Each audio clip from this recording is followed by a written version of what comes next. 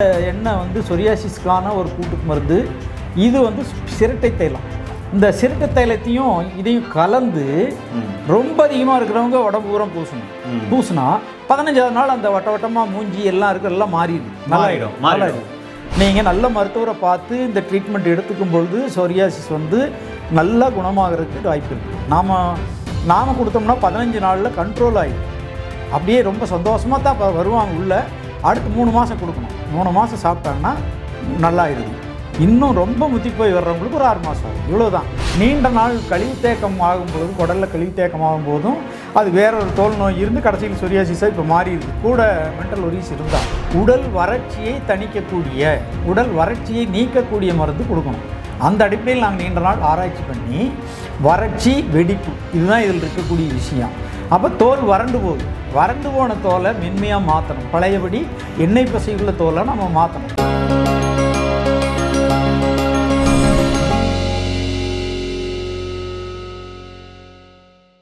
இயற்கையை மருந்து சேனலுடைய மேலும் பல பதிவுகளை தெரிந்து கொள்ள இந்த சேனலை சப்ஸ்கிரைப் செய்யவும், பெல் பட்டனை அழுத்தவும். மேலும் மருத்துவரின் ஆலோசனை பெற இந்த வீடியோவில் உள்ள எண்ணிற்கு தொடர்பு கொள்ளவும். இயற்கை மருந்து நேயர்களுக்கு வணக்கம். நம்முடைய அருகில் ஏவிஎம் இயர்பல் பாரம்பரிய சித்த வைத்தியர் மதிப்புக்குரிய விஜயராகவன் ஐயா இருக்கார்.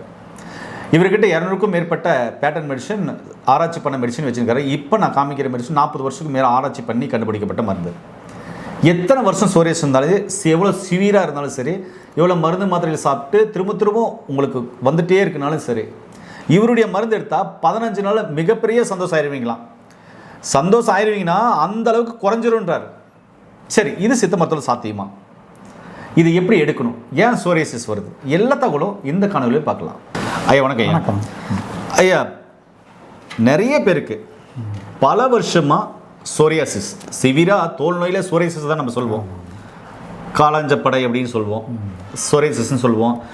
அந்த படைகளில் நிறைய வகையான படைகள் இருக்குது, அது உங்களுக்கு தெரியும். சாதாரணமாக வர்றது எக்ஸிமா, ஐஜிஇ அதிகமாக இருக்குது. அப்புறமா சொறி, சிரங்கு, அதுக்கப்புறம் கடி, இது மாதிரியான சாதாரணமான பிரச்சனைகள். ஆனால் சிவியராக தோல் நோயில் சோரியாசிஸ் தான் சிவியராக இருக்குது.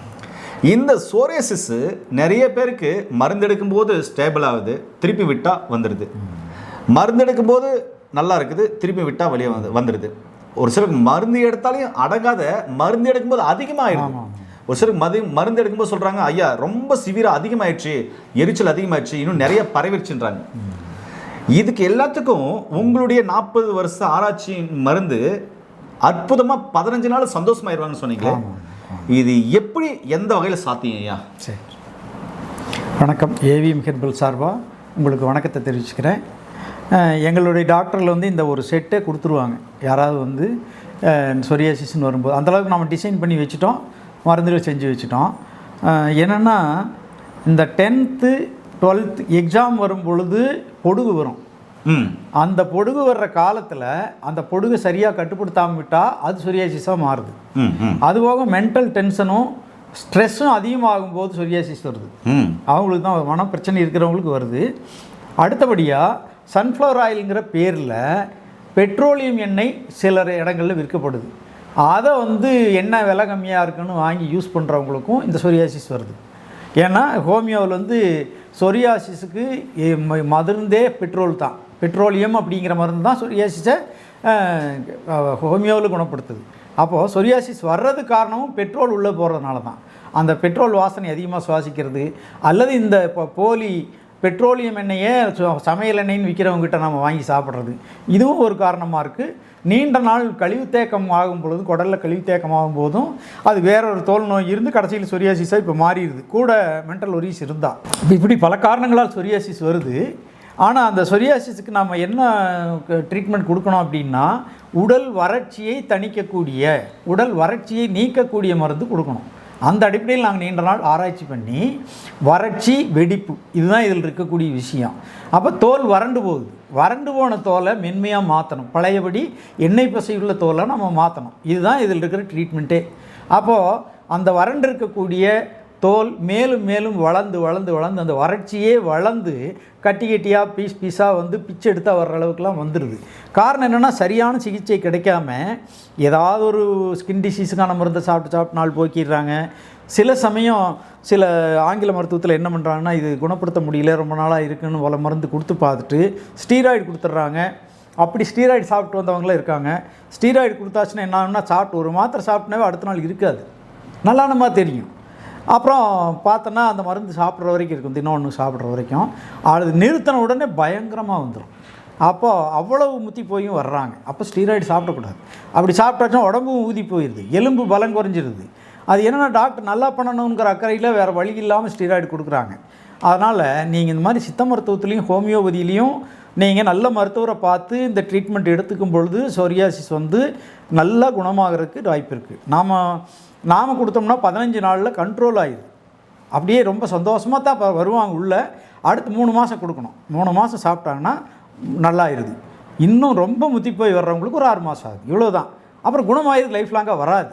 அந்த வராமல் பண்ணுறதுக்கு உடல் உள்புறத்தை நம்ம சரி பண்ணணும், மனசை சரி பண்ணவும் மருந்து கொடுக்குறோம். மனப்பிரச்சனை நிறையா இருக்கிறவங்களுக்கு டென்ஷன் குறையவும் ஸ்ட்ரெஸ்ஸு குறையவும் மூலிகை மருந்துகள் நிறையா இருக்குது. அதை கொடுத்து இந்த மருந்து கொடுக்கும் பொழுது அவங்களுக்கு ரொம்ப நல்லா வந்துடுது. அதனால் சித்த மருத்துவத்துலேயும் ஹோமியோபதியில் மட்டும்தான் முழுமையாக குணப்படுத்த முடியும். அதனால் நீங்கள் எல்லா சொரியாசிஸ் யாருக்கு வந்தாலும் இந்த மாதிரி வந்துடணும். அப்போது அந்த வறட்சியை நீக்கி வெடிப்பு குறையறதுக்கான காம்பினேஷனை நாங்கள் ரொம்ப காலமாக எதை செஞ்சு பார்த்து நல்ல மருந்து கிடைச்ச உடனே இதை எல்லாத்துக்கும் கொடுக்குறக்கு ஆரம்பிச்சிட்டேன். இப்போ நம்ம வேறு யோசனையே பண்ண வேண்டியதில்லை. சொரியாசிஸ்க்கு ஒரு செட் எடுமா அப்படின்னா எடுத்துருவாங்க. அதை எடுத்து நம்ம கொடுத்தாச்சுன்னா அது அப்படியே கண்ட்ரோல் ஆகிடும். அந்தளவுக்கு ஒரே மாதிரி கொடுத்து பழக்கிட்டோம். இது மிகுந்த பலன் அளிக்கிறது. 3 மாதம் 6 மாதத்தில் நல்லாயிருது. 15ஆவது நாள் பயங்கர சந்தோஷத்தோடு வந்துடுவாங்க. உடம்பு பூரா இருக்கிற ஒருத்தர் நம்ம இதெல்லாம் எண்ணெய் தேய்ச்சி என்ன இந்த லேகியும் காலை இரவு உணவுக்கு முன் சாப்பிட்டுட்டு 2 மாத்திரை சாப்பிட்ணும். உணவுக்கு பிறகு பாலில் ஒரு மாத்திரை சாப்பிட்ணும். இந்த எண்ணெய் வந்து சொரியாசிஸ்க்கான ஒரு கூட்டுக்கு மருந்து. இது வந்து சிரட்டை தைலம். இந்த சிரட்டை தைலத்தையும் இதையும் கலந்து ரொம்ப அதிகமாக இருக்கிறவங்க உடம்பு பூரம் பூசினா 15ஆவது நாள் அந்த வட்டமாக மூஞ்சி எல்லாம் இருக்கிறதெல்லாம் மாறிடுது. வெறும் இதுதான் எண்ணெய் கொடுத்துட்டு இருக்கும்போது என்னன்னா சாதாரண சொரியாசிஸ் நல்லாது. அதோட சிரட்டை தைலம் சேரும் பொழுது வேகமாக குணமாயிருது. அது மேல் பக்குகள்லாம் அதிகமாக வெடிச்சு எல்லாம் உளுந்து அப்படியே ஸ்மூத் ஆகிட்டு வருது. அப்புறம் இந்த எண்ணெய் தொடர்ந்து நீங்கள் தேய்ச்சிட்டு வரும் பொழுது தோல் வெளிப்புக்கமாக இருந்து ஸ்மூத்தாகும். உள்ளிருந்து அந்த உஷ்ணத்தை தணிக்கிறதுக்கும் வெடிப்பை நீக்கக்கூடிய இந்த மருந்துகள் உள்ளிருந்து நல்லா பண்ணிட்டு வரும். அதுக்கு இந்த சொரியாசிஸ் லேகியம், இந்த 2 மாத்திரை உணவுக்கு முன் சாப்பிட்ணும், உணவுக்கு பின் ஒரு மாத்திரை பாலில் சாப்பிடணும். இவ்வளோ தான், ரொம்ப சிம்பிள் தான், நிறைய மருந்தும் கிடையாது. இது போக என்னென்னா ஒவ்வொரு பேஷண்ட்டுக்கும் ஒரு காம்ப்ளிகேஷன் இருக்கும். எனக்கு சளி இருக்குதுங்கம்பாங்க, அது உணவுக்கு பிறகு கொடுத்துருவோம். அப்புறம் சிலருக்கு மலச்சிக்கல் இருக்குதும்பாங்க, அதனால் நைட்டு மலச்சிக்கல் கொண்டு கொடுப்போம். மனப்பிரச்சனை இருந்ததா அவங்களுக்கு மனப்பிரச்சனைக்கான மருந்து நம்ம 2 மாத்திரை கொடுத்துட்டோம்னா நிம்மதியாக தூங்கி எந்திரிப்பாங்க. மனப்பிரச்சனைகள் நாளுக்கு நாள் தணிச்சிட்டு வரும். டென்ஷன் இருக்குது அப்படிம்பாங்க சில பேர், எனக்கு என்ன யாரோ டென்ஷன் வருதும்பாங்க. அவங்களுக்கு காலையில் ஒன்று நைட் ஒன்று டென்ஷன் குறையிறதுக்கான ஒரு மாத்திரை கொடுத்துட்டோம்னா ஒரு 15 நாள் கழித்து பார்த்தா டென்ஷனே இருக்காது அவங்களுக்கு. நிறைய பேர் பார்த்தாச்சு நம்ம. அந்த மாதிரி சித்த மருத்துவத்தில் ஒரு நோயை குணப்படுத்துறதுக்கு எல்லா வகையிலையும் மனம், உடல், உணவு எல்லாத்தையும் நம்ம சொல்லி கொடுத்து எல்லாத்தையும் சரி பண்ணும் பொழுது நோய்கள் வேகமாக குணமாயிருது. அதனால் இந்த செட்டு சொரியாசிஸை நிச்சயமாக குணப்படுத்தும். ஐயா, இந்த சொரியாசிஸ் மருந்து எடுக்கும்போது பேஷண்ட் என்ன மாதிரியான உணவு பத்தியங்கள் கடைப்பிடிக்கணும்? அவங்க இந்த எண்ணெயை முதல்ல மாற்றணும். கடலை எண்ணெய், தேங்காய் எண்ணெய் தவிர வேறு எண்ணெய் சாப்பிடக்கூடாது. நல்லெண்ணெய் கூட மருந்துண்ணும் காலத்தில் பற்றியும். அதனால் அது ஒரு முக்கிய காரணம். அப்புறம் மென்டல் டென்ஷன், ஒரிஸ், இப்போ நிறைய இருக்குதே பல காரணங்களால். இன்றைக்கி பார்த்தா யாருமே டென்ஷன் இல்லாமையும் ஸ்ட்ரெஸ் இல்லாமையும் இல்லை. ஒரு 10% பேர் தான் நிம்மதியாக இருப்பாங்க. அந்த ஏதோ ஆன்மீக வழிகளில் மகரிஷிகளுடைய வழிகளில் இருக்கிறவங்க. அதனால் மனம் சார்ந்தும் இந்த நோய் வருது, உணவு சார்ந்தும் வருது. அப்புறம் அதுக்கு சரி பண்ணுறதுக்காக நம்ம மருந்து இதை கொடுக்குறோம். நீங்கள் இதில் இதுக்கும் அசைவம் சாப்பிடக்கூடாது. அசைவ உணவில் இருக்கக்கூடிய சில அமிலங்கள் அதையே ஜீரணிக்கிறதுக்கே நிறைய அமிலம் சுரக்கணும். அமிலம் உடலில் அதிகமாகும் பொழுது அது ரத்தத்தில் கலக்கும், அது இங்கே வெடிக்க ஆரம்பிக்கும். அப்போ அமிலத்தை கூட்டும்படியான உணவு வகைகளோ அமிலச்சத்தை உள்ள பொருட்களோ சாப்பிடக்கூடாது. அப்போது அல்கலைன் ஃபுட்ஸு அப்படிங்கிற மாதிரி அல்கலைனாக இருக்கக்கூடிய உணவுகளாக சாப்பிட்ணும் நாம். அது நீங்கள் நெட்டில் கூட பார்த்துக்கலாம் அந்த உணவு வகைகளை. அது மிகப்பெரிய பாடமாக இருக்கும். அதனால் உணவு வகைகளில் புளி சாப்பிடக்கூடாது, உப்பை குறைச்சிடணும். அதே உப்பை நீங்கள் கல்லுப்பு வாங்கி வடச்சட்டியில் 1 கிலோ போட்டு இவ்வளோ முருங்கையில் போட்டு அதை நல்லா வறுத்து முருங்கையில் பொடிஞ்சு விழுகும்போது கொட்டிட்டு அப்படி ஒரு 2-3 கிலோ உப்பை இது மாதிரி வறுத்து அதை மிக்சியில் அரைச்சி எடுத்து வச்சுட்டு அதை யூஸ் பண்ணிங்கன்னா அதையும் பாதி உப்பு யூஸ் பண்ணால் நிச்சயமாக வேகமாக குணமாயிடும். தோல் நோய்களுக்கு முழுவதுமே நீர்க்கசிவு வரக்கூடிய தோல் நோய்கள் எல்லாத்துக்குமே உப்பு தான் காரணம். உப்பை குறைச்சா நீர்க்கசிவு குறைஞ்சிரும். அதனால் நம்ம உப்பை வறுத்து சேர்த்துக்கிறது ரொம்ப ரொம்ப நல்லது. எல்லாருமே வீட்டில் உப்பை வறுத்து வச்சுக்கிறது ரொம்ப நல்லது. அது தோல் நோய் உள்ளவங்க இப்படி இருந்துக்கணும். அசைவம் வேண்டாம், இப்போ புளிச்சோறு புளிக்குழம்பு வேண்டாம், கத்திரிக்காய் வேண்டாம். அவ்வளோதான் இதுக்கான பத்தியம். அசைவம் என்றைக்காவது ஒரு நாளைக்கு நீங்கள் சாப்பிடணுங்கிறது முடியாமல் இருந்ததுன்னா வெள்ளாட்டுக்கறி மட்டும் சாப்பிட்டுக்குங்க, வேறு எதுவும் வேண்டாம். அந்த மாதிரி இருந்துக்குங்க. இந்த நோய்க்கு, மற்ற எல்லா நோய்க்கும் அப்படி இல்லை, இந்த நோய்க்கு அது மட்டும் வேணால் என்றைக்காவது சாப்பிட்டுக்கலாம் மாதம் ஒரு தடவை. மற்றபடி பத்தியமாக சைவமாக இருந்தால் மட்டும்தான் இந்த தோல் நோய்கள் வேகமாக குணமாகும். என்ன நேர்களே, பல வருஷமாக தோல் நோய்யா திரும்ப திரும்ப வந்துடுதா?